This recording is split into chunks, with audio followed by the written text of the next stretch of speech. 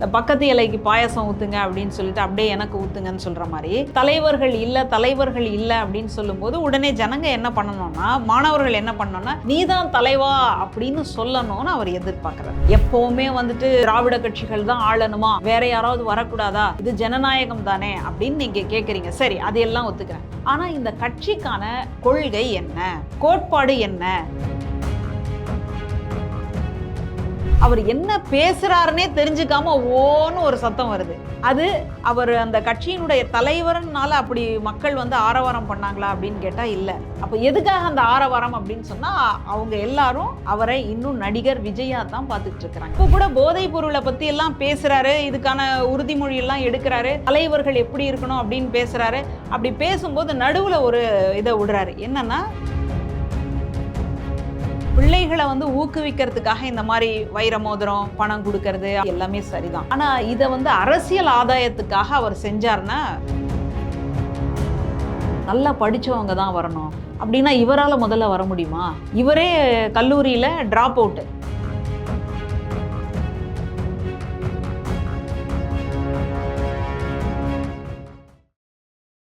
வாகை தமிழ் நேயர்களுக்கு வணக்கம். இன்று நம்ம நேர்காணல்ல நம்மோடு இணைந்திருக்கிறார் பேராசிரியர் மஞ்சுளா அவர்கள். வணக்கம்.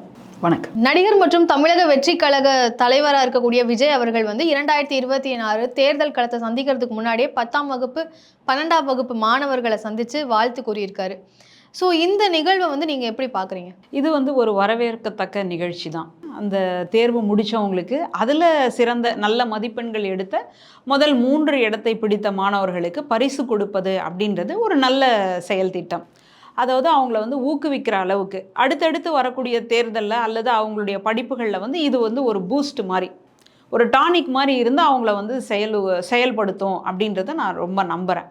அதனால் ஒரு மாணவர்களுடைய நிலையிலேருந்து பார்த்தாலும் சரி, அல்லது பெற்றோர்களுடைய நிலையிலேருந்து பார்த்தாலும் சரி, நடிகர் விஜய் அவர்கள் இப்படி முன்னெடுத்திருக்கிறது அப்படின்றது ஒரு நல்ல விஷயம். ஏன்னா அவர் இந்த வருஷம் இல்லை, இதுக்கு முன்னாடி வருஷமும் அந்த மாதிரி மாணவர்களுக்கு முதல் இடங்களை பிடித்த மாணவர்களுக்கு வந்து அவர் பரிசு கொடுத்து ஊக்குவிச்சிருக்காரு அப்படின்னு பார்க்குறோம். அதனுடைய தொடர்ச்சியாக இன்றைக்கி வந்து இதை பண்ணியிருக்கிறது ரொம்பவே பாராட்ட வேண்டிய விஷயம். நிறைய பேர் கூட இதுக்கு வந்து பாராட்டு தெரிவிச்சிருக்கிறாங்க. அதனால் நம்மளும் சார்பாக, இந்த ஊடகத்தின் சார்பாக அவருக்கு வந்து ஒரு வாழ்த்தையும் பாராட்டையும் சொல்லிக்கிறேன். இப்போ இவர் வந்து இந்த வருஷம் மட்டும் இல்லாமல் கடந்த வருஷமும் வந்து இதே மாதிரியான ஒரு நிகழ்ச்சியை நடத்தி மாணவர்களை சந்திச்சாரு. ஸோ இவர் மாணவர்களோட கவனத்தை ஈர்க்கிறதுக்கும் மாணவர்கள் மீது கவனம் செலுத்துறதுக்கு என்ன நோக்கமாக இருக்கும்? இதில் ரொம்ப பெருசாக நம்ம நோக்கம் அப்படின்னு பார்க்க வேண்டியது இல்லை அப்படின்னு தோணுது. ஆனால் இப்போது இந்த வருஷத்தை பொறுத்த வரைக்கும் இன்னொரு கூடுதல் கவனம் வந்து நமக்கு வருது. என்னன்னா, அவர் ஒரு கட்சியை தொடங்கிட்டார். இப்போ கட்சியை தொடங்கினதுக்கு அப்புறமா இந்த பரிசளிப்பு விழா அப்படின்றது எல்லார் மத்தியிலையும் ரொம்ப ஒரு பெரிய எதிர்பார்ப்பு, என்னவா இருக்கும், எப்படியா இருக்கும் அப்படின்னு சொல்லி ஒரு பெரிய எதிர்பார்ப்பை வந்து கொடுத்துட்டு இருக்கு. அதனால் அவர் பிள்ளைகளை வந்து ஊக்குவிக்கிறதுக்காக இந்த மாதிரி வைர மோதிரம், அப்புறம் பணம் கொடுக்கறது, அவங்கள வந்துட்டு மேடையில் ஏற்றி அவங்கள ரொம்ப ஒரு முக்கியமான ஒரு நபராக வந்து அவங்கள ஃபீல் வைக்கிற மாதிரி அவர் வந்து நிகழ்ச்சி நடத்துனது எல்லாமே சரிதான். ஆனால் இதை வந்து அரசியல் ஆதாயத்துக்காக அவர் செஞ்சார்னா ரொம்ப கஷ்டம். நான் வந்துட்டு 2026 தேர்தலில் நிற்க போகிறேன், அதுக்காக ஒரு ஓட்டு வங்கியாக இதை வந்து அவர் மாற்றிக்கணும்னு நினச்சாருன்னா, அப்படி மாற்றணும்னு பார்த்தாருன்னா அது அவ்வளோ நல்லா இருக்காது, அது ஒரு நாகரிகமுடையதாக இருக்காது அப்படின்றது தான் என்னுடைய கருத்து. மற்றபடி அவருடைய இந்த போக்கு அப்படின்றது ரொம்ப நல்லது தான். மாணவர்களை கூப்பிடும்போது அவங்களுடைய பெற்றோர்கள் எல்லாரையும் கூப்பிட்டு ஒரு பிரம்மாண்ட விழா, திருவான்மியூரில் இருக்கக்கூடிய அவ்வளோ பெரிய ஒரு மேரேஜ் ஹாலில் வந்து ஒரு பெரிய பிரம்மாண்ட விழாவாக நடத்தி அத்தனை பேருக்கு உணவெல்லாம் கொடுத்து ரொம்ப நல்லா பண்ணியிருக்கிறாங்க. அப்போது பண்ணும் பொழுது இவர் வந்து பேசின அந்த பேச்சு அப்படின்றது கொஞ்சம் நமக்கு நெருடலை கொடுக்குது. எதுக்காக இந்த மாதிரி இவர் பேசணும்? அப்போது இவருக்கு எதை சொல்கிறீங்க? இப்போ நீங்கள் தலைவர் பற்றி பேசுனது, நம்ம மாநிலங்களில் நிறையவே வந்துட்டு மருத்துவர்கள் இருக்கிறாங்க, நிறையவே வந்து பொறியாளர்கள் இருக்கிறாங்க. ஆனால் ஒருத்தர் மட்டும் தேவைப்படுறாங்க. யார்? தலைவர்கள். சரியான தலைவர்கள் இல்லை அப்படின்னு சொல்கிறாரு. அப்போ யாரை குறி வைக்கிறாரு? இந்த பக்கத்து இலைக்கு பாயசம் ஊற்றுங்க அப்படின்னு சொல்லிட்டு அப்படியே எனக்கு ஊற்றுங்கன்னு சொல்கிற மாதிரி தலைவர்கள் இல்லை அப்படின்னு சொல்லும்போது உடனே ஜனங்க என்ன பண்ணணும்னா, மாணவர்கள் என்ன பண்ணணும்னா, நீதான் தலைவா அப்படின்னு சொல்லணும்னு அவர் எதிர்பார்க்குறாரு. இந்த நிகழ்ச்சிக்கு வரும் பொழுதே கூட ஒரு பின்னணி இசை, தளபதி தளபதி அப்படின்னு சொல்கிற மாதிரி அந்த இசையோடு தான் அவர் வந்து உள்ள நுழையிறார் அப்படின்னு பார்க்குறோம். இப்போ இதெல்லாம் பார்க்கும்போது நமக்கு வந்து ஒரு சின்ன நெருடல் வருது. இவர் மாணவர்களை ஊக்குவிக்கணும்னா ஊக்குவிச்சிருக்கலாம். ஆனால் அந்த இடத்துல இந்த நிகழ்ச்சியை வந்து அரசியல் ஆக்கணும் அப்படின்னு நினைக்கிறது வந்து ரொம்ப தவறான ஒரு போக்கா எனக்கு தெரியுது. இல்ல அவர் ஆரம்பிக்கும் போதே வந்து இந்த இடத்துல நான் எந்த அரசியல் கட்சிகளையும் விமர்சனம் பண்ண போறது இல்ல, இது அதுக்கான மேடையும் இல்லை அப்படின்னு சொல்லி தான் பேசுறாரு. அவர் நான் எந்த துறையில இருந்தாலும் தலைவர்கள் வேணும், எந்த துறையில இருந்தாலும் ஒரு லீடர்ஷிப் குவாலிட்டி வேணும் அப்படின்னு தான் அதை சொல்லியிருக்காரு. ஸோ அதில் நீங்கள் சொல்கிறது முரணா இருக்கே. இப்போது ஒரு தனி நபராக அவர் வந்து இந்த மாதிரி பேசியிருந்தாருன்னா ஒன்றும் இல்லை. இப்போ அவர் ஒரு கட்சியினுடைய தலைவராக பேசும் பொழுது எல்லாரும் வந்துட்டு அதுக்கு ஏதாவது ஒரு உள்ளர்த்தம் இருக்குமா அப்படின்னு ரொம்ப ஆய்வுக்குள்ளே போயிடுறாங்க. இப்போ உதாரணத்துக்கு அவர் தொடங்கும் போது தம்பிங்க தங்கைங்க அப்படின்னு தொடங்குறார், தம்பிகளே தங்கைகளேன்னு. இந்த மாதிரி வேற யார் தொடங்கியிருக்கிறாங்க அப்படின்னு சொல்லி ஒரு ஆராய்ச்சி பண்ணி பார்க்குறாங்க. ஆராய்ச்சி பண்ணி பார்த்தா விவேகானந்தர் சிக்காகோவில் பேசின அந்த மாநாட்டில் சகோதர சகோதரிகளே அப்படின்னு தொடங்கியிருக்கார். அதனால் நடிகர் விஜய் அவர்கள், நடிகர் விஜய்னு சொல்கிறத விட தமிழக வெற்றி கழகத்தினுடைய தலைவர் அவர்கள் பேசும்போது தம்பி தங்கச்சி அப்படின்னு சொல்லும்போது அவரை வந்து எதிரொலிக்கிற மாதிரி இருக்கே அப்படின்னு சொல்லி பத்திரிகையாளர்லாம் இன்றைக்கி வந்து நினைக்கிறாங்க. அப்படின்னா என்ன அர்த்தம்? ஒரு தனி நபராக இருந்து நீங்கள் பேசுறது, நீங்கள் வந்து செய்யக்கூடிய நடவடிக்கைகள் எல்லாம் வந்து சாதாரணமாக பார்க்கப்படும். ஆனால் நீங்கள் ஒரு கட்சியினுடைய தலைவராக வரும்பொழுது உங்களுடைய ஒவ்வொரு செயலும் எப்படியா இருக்குது அப்படின்னு தகச்சு அப்படின்னு அந்த ஆராய்ச்சி பண்ணி பார்க்கறதுக்கே வந்து சரியாக போயிடுது. அதனால நீங்கள் பேசுகிறத, உங்களுடைய செயல்பாடு எல்லாத்தையும் நீங்கள் வந்து ரொம்ப கவனமாக பார்க்கணும். இப்போ தலைவர் பற்றி சொல்கிறீங்க அப்படின்னா அப்போ என்ன அர்த்தம்னா என்ன வந்து தலைவன் ஆக்குங்க. அதுலேயும் இவர் நாங்குநேரி மாணவர் அவர் வந்து சொல்லும்போது நடிகராக இருக்கும் பொழுதே இவ்வளவு வந்துட்டு கல்விக்காக செய்கிறாரே, இவர் முதலமைச்சர் ஆனால் எப்படி இருக்கும் அப்படின்னு ஒரு பேச்சு.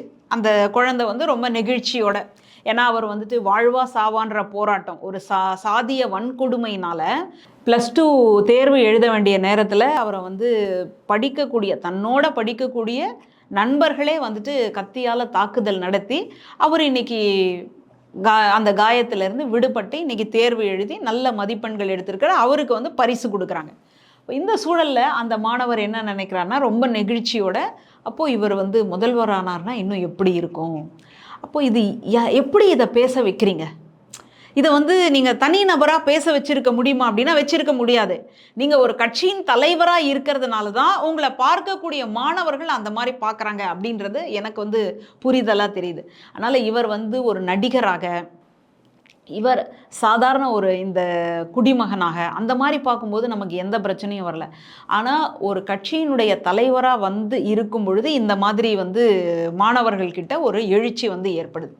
சரி இருக்கட்டும், எப்போவுமே வந்துட்டு திராவிட கட்சிகள் தான் ஆளணுமா, வேற யாராவது வரக்கூடாதா, இது ஜனநாயகம் தானே அப்படின்னு நீங்கள் கேட்குறீங்க. சரி, அதையெல்லாம் ஒத்துக்கிறேன்.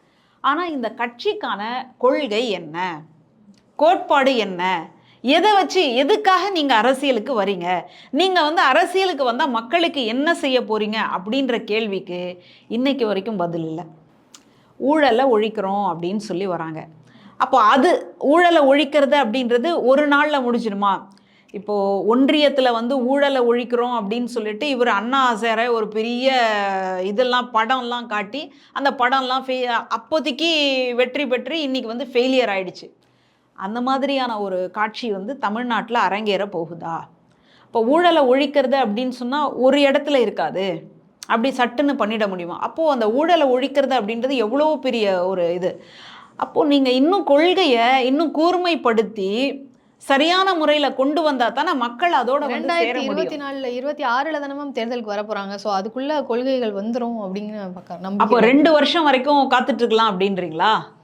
25 கூட வரலாம். ஏன்னா காலம் இருக்கிறதுனால அவங்க பொறுமையாகவே கொள்கைகளை சரி, அவருடைய கொள்கை உண்மையிலேயே இந்த தமிழ்நாட்டுக்கு நன்மையை செய்யும் பட்சத்தில் நம்ம ஆதரிக்க போகிறோம். நமக்கு ஒன்றும் நடிகர் விஜய் அவர்கள் மேலே தனிப்பட்ட வெறுப்பு எதுவும் கிடையாது. இன்னும் கேட்டால் நடிகர் விஜயனுடைய படங்களை எல்லாம் அத்தனை முறை பார்த்தவ தான் நான். அவருடைய நடனமாகட்டும், அவர் பேசக்கூடிய அந்த வசனம், அவர் வந்து அந்த காமெடியாக வந்து நடிக்கக்கூடிய அந்த காட்சிகள், இது எல்லாமே. அப்புறம் ஆரம்ப காலங்களில் அவருடைய காதல் படங்கள் இருக்கு இல்லையா, ரொம்ப அழுத்தமான படங்கள் அது.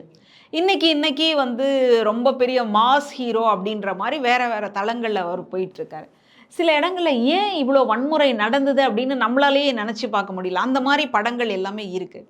இப்போ லியோ படத்துக்கெல்லாம் எந்த அளவுக்கு நம்மளால் அதோட லாஜிக்கை பொருத்தி பார்க்க முடியும் அப்படின்னு கேட்டால் பெரிய கேள்விக்குறி தான். அதெல்லாம் உண்டு. ஒரு நடிகராக நம்ம அவரை பார்த்து வியக்கிறோம். இப்போ இன்றைக்கி கூட அவர் அந்த மேரேஜ் ஹாலில் வந்து பேசுகிறாரு, பிள்ளைங்களோட பேசிக்கிட்டு இருக்கிறாரு. பேசும்போது அவர் என்ன பேசுகிறாருன்னே தெரிஞ்சுக்காம ஓன்னு ஒரு சத்தம் வருது. அது அவர் அந்த கட்சியினுடைய தலைவர்னால அப்படி மக்கள் வந்து ஆரவாரம் பண்ணாங்களா அப்படின்னு கேட்டால் இல்லை. அப்போ எதுக்காக அந்த ஆரவாரம் அப்படின்னு சொன்னால் அவங்க எல்லாரும் அவரை இன்னும் நடிகர் விஜயா தான் பார்த்துக்கிட்டு இருக்கிறாங்க. நான் கூட அதுதான் சொல்கிறேன். அவரை நான் கூட இன்னும் நடிகர் விஜயா தான் பார்த்துட்ருக்குறேன். அப்போது நீங்கள் அதை தாண்டி அரசியல் வாழ்க்கை அப்படின்னு வர்றதா இருந்தால் நீங்கள் வாங்க, உங்களை யாருமே தடுக்கலை. ஏன்னா எல்லாருக்குமான உரிமை இங்கே உண்டு. ஆனால் அதில் என்ன கொள்கையை வச்சு வரப்போகிறீங்க அப்படின்றதுல தான் இன்றைக்கி வரைக்கும் சிக்கலாகவே இருக்குது. இப்போது கூட அந்த பிள்ளைங்க எல்லாரும் மாஸ் ஹீரோ அப்படின்ற அந்த காட்சியோட தான் பார்க்குறாங்க, அப்படின்ற ஒரு கண்ணோட்டத்தோட தான் பார்க்குறாங்க. அந்த பிள்ளைங்க எல்லாருமே மைக்கு பிடிச்சி பேசும்போது எங்களோட வருங்கால முதல்வர் நீங்கள் தான் முதல்வராக வரணும் அப்படின்னு சொல்கிறாங்களே. ஏன்னா அதை நோக்கி இவர் பயணப்படுறார் அப்படின்னால அங்கே பரிசு பெறக்கூடிய மாணவர்கள் அந்த மாதிரி பேசுறதுல அதில் ஒன்றும் ஆச்சரியமே இல்லை.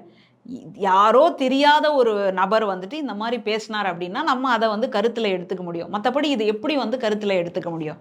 இப்போது அதில் வந்து பேசும்போது கூட இந்த போதை பிரச்சனைகள் இன்றைக்கி வந்து தமிழ்நாட்டில் ரொம்ப அதிகமாக இருக்குது அப்படின்லாம் பேசிட்டு, நான் இதுக்கு வந்துட்டு வெறும் ஆளுங்கட்சியை மட்டும் நான் குறை சொல்ல முடியாது அப்படின்னு மாணவர்கள் மத்தியில் ஒரு உறுதிமொழியை ஏற்க வைக்கிறார். சரியாக தான் இருக்குது. Say no to drugs, say no to temporary pleasure, இதெல்லாம் வந்துட்டு மாணவர்களை மறுபடியும் சொல்ல வைக்கிறாரு. ஆமாம், இதெல்லாம் நமக்கு எல்லா காலங்கள்லையுமே ஏதோ ஒரு புதிய ஒரு தடுப்பூசியை கொண்டு வரோம் அப்படின்னா நடிகர்களை வச்சு தான் அல்லது நடிகைகளை வச்சு தான் அதை வந்து பொதுமக்கள்கிட்ட கொண்டு வந்து சேர்த்த காலம்தான். ஓட்டு போடணும் அப்படின்னா கூட யாராவது ஒரு நடிகர் வந்து இப்படி காட்டணும், நானும் ஓட்டு போட்டிருக்கேன் அப்படின்ற மாதிரி பிரச்சாரம் பண்ண தான் இந்த இடம். இப்போ இந்த சூழலில் இவர் இப்படி ஒரு உறுதிமொழி எடுத்தது கூட ஒரு நடிகர் அப்படின்ற பலத்திலேருந்து அவர் பேசினாரோ, அப்படி தான் மக்கள் புரிஞ்சுக்கிட்டாங்களோ அப்படின்ற ஒரு சந்தேகம் எனக்குள்ளே ஓடிக்கிட்டே இருக்குது. அது இல்லாமல் இருக்குதா அப்படின்றத அவர் தேர்தலில் நின்று அவர் தேர்தலில் பெறக்கூடிய வாக்குகள் தான் தீர்மானிக்க போகுது. அதுக்கு இன்னும் காலம் இருக்குது அப்படின்னு வச்சுக்கோங்களேன். அதுக்கு முன்னாடி அவர் வந்துட்டு தேர்தலில் குதிக்கிறதுக்கு முன்னாடி தன்னை தயார்படுத்திக்கிட்டு வந்து குதிக்க போகிறாரா அல்லது குதிச்சதுக்கு அப்புறமா தயார் பண்ணிக்க போகிறாரா? இதுதான் நமக்கு இருக்கக்கூடிய கேள்வி. அதனால தான் நம்ம மறுபடியும் பேசிக்கிட்டு இருக்கிறோம். மற்றபடி அவர் வந்து பிள்ளைகளுக்கு இவ்வளவு தூரம் ஊக்குவிச்சு இந்த மாதிரி பரிசுகள் கொடுக்கறது, அதுவும் 2 கட்டமாக கொடுக்குறாரு. இன்னைக்கு ஒரு நாள், இதுக்கு மேலே ஒரு நாள் 3ஆம் தேதி அப்படின்னு இன்னொரு நாள் வந்து கொடுக்க போகிறாரு. ஏன்னா அவ்வளோ பிள்ளைகளும் அவங்களுடைய பெற்றோர்களும் அந்த இடத்துல வந்து அனுமதிக்க முடியல. அதனால் 2 கட்டமாக வந்து கொடுக்குறோம். இது எல்லாமே பாராட்ட வேண்டிய விஷயம்தான். போன வருஷம் கூட இந்த மாதிரி நிகழ்ச்சி நடக்கும்போது கிட்டத்தட்ட 12 மணி நேரம் நடந்திருக்கு. முதல்ல எப்படி ஒரு ஆரவாரத்தோடு தொடங்கியதோ நிகழ்ச்சி கடைசி வரைக்கும் அப்படியே தான் இருந்ததுன்னு. அப்போ அந்த ஆரவாரத்துக்கு பின்னாடி என்ன?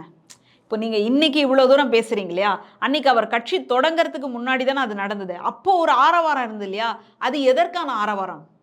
அவர் ஒரு நடிகர், அவரெல்லாம் பக்கத்தில் போய் பார்க்க முடியுமா அப்படின்னு எவ்வளோ பேர் ஏங்கியிருக்காங்கல்ல. இப்போ நம்ம பக்கத்தில் கூட வந்தாருன்னா நம்ம என்ன செல்ஃபி எடுக்காமையாக இருக்க போகிறோம்? நிச்சயமாக எடுப்போம். அப்போது இந்த மாதிரியான ஒரு ஆதர்ச நாயகன், நம்ம திரையில் பார்த்த ஒரு நாயகன் நம்ம பக்கத்தில் வந்திருக்கார் அப்படின்றது ரொம்ப பெரிய ஒரு ஆச்சரியம். அப்போது அதனால் அந்த தொடர்ச்சியான ஒரு எழுச்சி அப்படின்றத நம்ம பார்த்தோம். அதே எழுச்சி இந்த தடவை இருக்குது அப்படின்னு சொன்னால் அந்த எழுச்சி என்பது நடிகருக்கான எழுச்சியை தவிர அரசியல்வாதிக்கான, அரசியல் தலைவருக்கான எழுச்சி அப்படின்றது கிடையாது அப்படின்றத புரிஞ்சுக்கணும். அதனால் நடிகர் விஜய் அவர்கள் அரசியல் பக்கமே வரக்கூடாது அப்படின்னு அவரை வந்து டீமோட்டிவேட் பண்ணுறதுக்கோ அல்லது நெகட்டிவ் தாட்ஸ் கொடுக்கறதுக்கோ நான் இல்லை. ஆனால் அவர் தன்னை தயார்படுத்திக்கிட்டு வரணும். அவரே கூட பேசுகிறாரு, நல்லா படித்தவங்க தான் வரணும் அப்படின்னா இவரால் முதல்ல வர முடியுமா? இவரே கல்லூரியில் ட்ராப் அவுட்டு இல்லையா? அப்போது இவர் எப்படி படித்தவங்க தான் வரணும் அப்படின்னா, அப்போ படித்தது அப்படின்றது வெறுமனே சான்றிதழை வச்சு டிகிரி வச்சுன்னு மட்டும்தான் நம்ம பார்க்க போகிறோமா? அல்லது வாழ்நாள் முழுக்க நூல்களை வாசிச்சுக்கிட்டே இருந்தாங்க இல்லையா, அவங்கள வந்து படிப்பாளிங்கன்னு எடுக்க போகிறாங்களா? இப்போ காமராஜரை எடுத்திங்கன்னா படிக்காத மேதைன்னு நம்ம சொல்லுவோம். ஆனால் அது எவ்வளோ பெரிய பொய். அவர் வாழ்நாள் முழுக்க பல்வேறு புத்தகங்களை வாசிச்சுக்கிட்டே இருந்தார். அவருக்கு ஏன் இந்த அளவுக்கு வந்து ஒரு அறிவு ஏற்பட்டிருக்கு அப்படின்னு சொன்னால் புத்தக வாசிப்பு, அடுத்தது கள ஆய்வு, இது எல்லாமே பார்க்குறோம். அப்போது இவர் டாக்டர் கலைஞர் அவர்களை எடுத்துக்கிட்டீங்க அப்படின்னா, அப்போ அவர் படிக்காதவர் கல்லூரியெல்லாம். ஆனால் அவருடைய எழுத்துக்கள் வந்து கல்லூரியில் படிக்கப்படுகின்றன. அப்போ அதை வச்சு நீங்கள் எப்படி வந்து இதுக்கு அளவுகோல் கொடுக்க போகிறீங்க? படித்தவங்க அப்படின்னு சொன்னால் வெறும்னே கல்லூரி படிப்பை வச்சு சொல்ல போகிறீங்களா, அல்லது புத்தக வாசிப்பை வச்சு சொல்ல போகிறீங்களா? கல்லூரி படிப்பு வச்சு சொன்னால் நீங்களே முதல்ல தலைவராக ஆக முடியாது. ஏன்னா நீங்களே காலேஜ் ட்ராப் அவுட். இல்லை புத்தக வாசிப்பு வச்சு தான் அப்படின்னு சொன்னால், இதுவரைக்கும் நடிகர் விஜய் அவர்கள் எத்தனை புத்தகங்கள் அந்த மாதிரி வாசிச்சிருக்கார் அப்படின்றது தெரியல. ஒருவேளை அவர் நிறைய வாசிச்சிருக்கு கூட இருக்கலாம். ஆனால் இப்போ வரைக்கும் அவரை நம்ம ஒரு மிகப்பெரிய நடிகராக, இப்போ கில்லி எல்லாம் ரீரிலீஸ் ஆகும் பொழுது மறுபடியும் வசூலை குவிச்சிருக்கு, அதிலெல்லாம் நமக்கு சந்தேகம் இல்லை. ஆனால் இப்படி அரசியலாக வரும்பொழுது தான் நமக்கு ஒரு சந்தேகம் வருது. இப்போ நீங்கள் சொன்ன மாதிரி பார்த்தீங்கன்னா நடிகராக அவர் ஜெயிச்சிட்டாரு அப்படிங்கிறது நம்ம எல்லாருக்கும் தெரியும். அரசியல்வாதியாக அவர் ஜெயிப்பாரா மாட்டாரா? தெரியலையா, வாய்ப்பு இருக்கா இல்லையா? சினிமாவில் அவர் வந்துட்டு இன்னைக்கு இவ்வளோ பெரிய வெற்றி அடைஞ்சிருக்காருன்னா அதுக்கு முதல் படமே காரணம் கிடையாது. அதுக்கு அடுத்தடுத்து அவர் அவ்வளோ வருஷத்தினுடைய அனுபவங்களை கொண்டு வந்து இன்னைக்கு நமக்கு முன்னாடி ஒரு பெரிய நாயகனாக நிற்கிறார். அரசியலில் மட்டும் எடுத்த உடனே வந்துட்டு முதல் நிலைக்கு வரணும் அப்படின்னு சொன்னால் எப்படி சாத்தியம்? அரசியலில் முதல்ல புரிஞ்சுக்கணும், மக்களினுடைய மன உணர்வுகளை தெரிஞ்சுக்கணும், மக்களுக்கு உண்மையிலேயே என்ன தேவையோ அதை போயிட்டு நம்ம அட்ரஸ் பண்ணணும். மக்களோட மக்களாக நம்மளால் போக முடியுமா? ஒரு கேள்வி இருக்குது. இப்போ திடீர்னு நடிகர் விஜய் அவர்கள் தெருக்களில் வராரு, சாலைகளில் வராரு அப்படின்னு சொன்னால் எவ்வளோ கூட்டம் சேர்ந்துடும்? அந்த கூட்டம் எதுக்காக சேரக்கூடிய கூட்டம்? ஒரு சினிமாக்காக சேரக்கூடிய ஒரு கூட்டம்.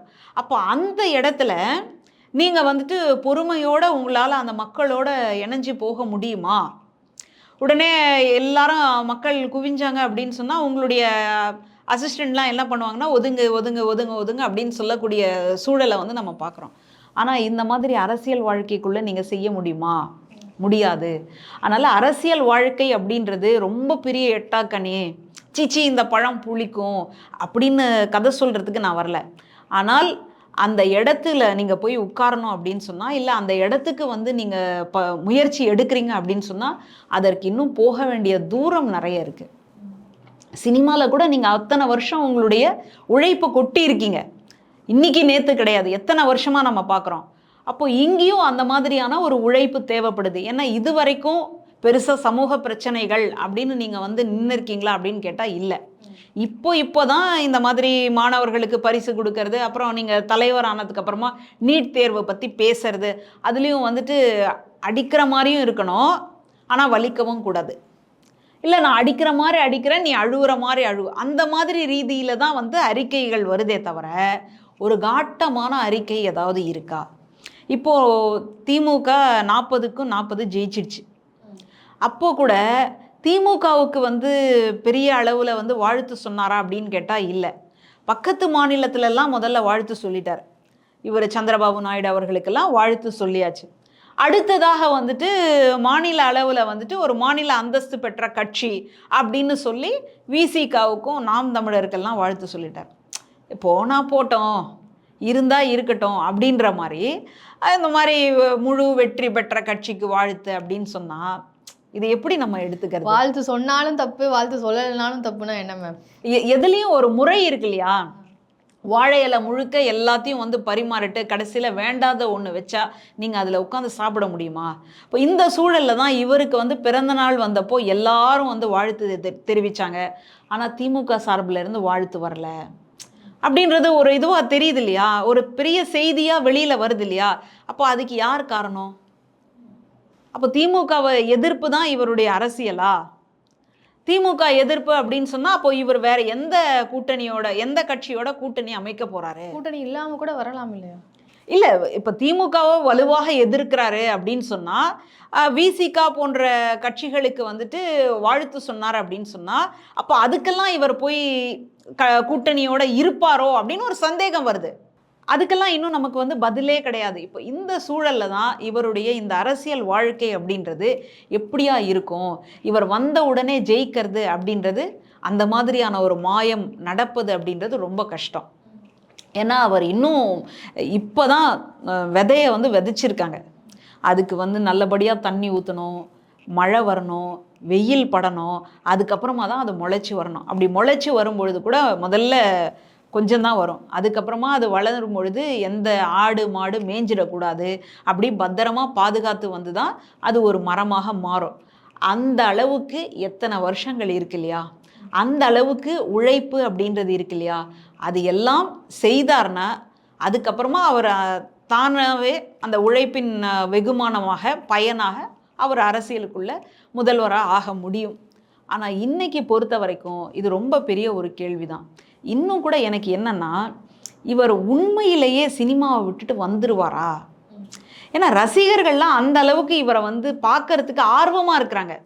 இப்போ யாருமே பார்க்கறதுக்கு இல்லைன்னு வச்சுக்கோங்களேன், ஐயோ விஜய் படம் வந்தாலே ஓடாதுங்க, தேட்டருக்கே நஷ்டம், அதனால் என் தேட்டரில் நான் ரிலீஸ் பண்ண மாட்டேன் அப்படின்னு யாராவது சொல்லியிருக்காங்களா? இல்லை. இப்போ இவ்வளோ பீக்கில் இருக்கிற ஒருத்தர் எப்படி திடீர்னு அதை எல்லாத்தையும் முடிச்சுக்கிட்டு வேணாம் அப்படின்னு சொல்லிட்டு இப்படி போவாரோ அப்படின்றது இன்னைக்கு வரைக்கும் எனக்கு அவர் சந்தேகமாவே. மக்களுக்காக வரணும்னு நினைக்கிறாரு மேம். மக்களுக்காகவே. சரி, பார்ப்போம் அவருடைய அந்த செயல்பாடுகள் எப்படி இருக்கு. ஏன்னா இன்னைக்கு வரைக்கும் தெளிவான ஒரு கொள்கையை முன்வைக்கலை. இப்போ கூட போதைப் பொருளை பற்றி எல்லாம் பேசுகிறாரு, இதுக்கான உறுதிமொழியெல்லாம் எடுக்கிறாரு, தலைவர்கள் எப்படி இருக்கணும் அப்படின்னு பேசுகிறாரு. அப்படி பேசும்போது நடுவில் ஒரு இதை விடுறாரு, என்னன்னா செய்திகளில் வரக்கூடிய செய்திகளை எது உண்மை எது பொய் அப்படின்றத புரிஞ்சுக்கோங்க, அனலைஸ் பண்ணி கரெக்டாக புரிஞ்சுக்கோங்க. அப்படின்னா என்ன நடந்திருக்கு, இவரை பற்றி நிறைய புரணி வந்திருக்கு இல்லையா, அந்த அது வந்து புரணி தான், உண்மை கிடையாது அப்படின்றத சிக்னல் காட்டுறாரு நமக்கு. அதனால் த்ரிஷா வச்சு இவங்களை வந்துட்டு கம்பேர் பண்ணிக்கிட்டு ஒரு நியூஸ் வந்து வந்துக்கிட்டு இருந்தது. த்ரிஷா அவர்களுடைய புகைப்படம் வர இடத்துலலாம் ஒரு ஷூ ஒன்று இருந்தது, அந்த ஷூ யாருடைய ஷூ அப்படின்னு ஒரு பிரச்சனை வந்து ஓடிக்கிட்டு இருந்தது.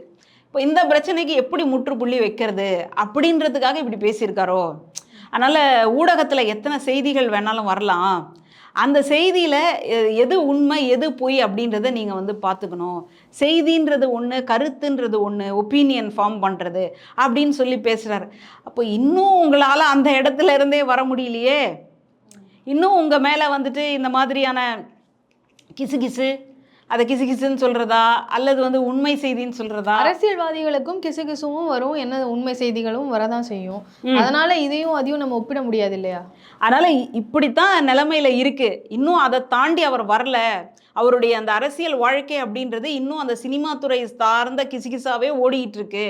இன்னும் அதை தாண்டி வரல அப்படின்றதுக்காக தான் இதை வந்து நான் உங்களுக்கு பதிவு செய்கிறேன். இப்போ இதை தாண்டி அவர் வரக்கூடிய பட்சத்தில் அவருடைய முன்னேற்றத்தையும் வளர்ச்சியும் நம்ம பார்ப்போம். நம்ம ஒன்றும் அவருடைய முன்னேற்றத்துக்கு வளர்ச்சிக்கு வந்து முட்டுக்கட்டையாக இருக்கிறதுக்கு இல்லை.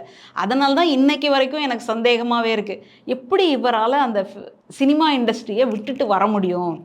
ஏன்னா தன்னை வந்துட்டு ஒரு நடிகனாக, அதுலேயும் வந்து ஒரு பிரம்மாண்ட அல்லது மக்களினுடைய முழு ஆதரவு பெற்ற ஒரு நடிகனாக வரணும் அப்படின்னு எவ்வளோ வந்து கடந்து வந்திருக்கார் இல்லையா, அதை எப்படி ஒரு நாளில் முடிச்சிக்க முடியும் அப்படின்றது இன்றைக்கி கூட எனக்கு ஒரு சந்தேகம்தான். ஒரு ரசிகையாக எனக்குள்ளே அந்த சந்தேகம் இருந்துக்கிட்டே தான் இருக்குது. அவர் முதல்வர் பதவியில் உட்கார்ந்தா கூட அப்போ கூட எனக்கு அந்த சந்தேகம் வரத்தான் செய்யும். ஏன்னா நடிகர் விஜய் அவர்களை நம்ம அந்த அளவுக்கு வந்து ரசித்து பார்த்துருக்குறோம். அதனால தான் எனக்கு இன்னும் அந்த சந்தேகம். இன்றைய அரசியல் நிலவரங்களை குறித்து பல விஷயங்களை பகிர்ந்துக்கிட்டீங்க, ரொம்ப நன்றி.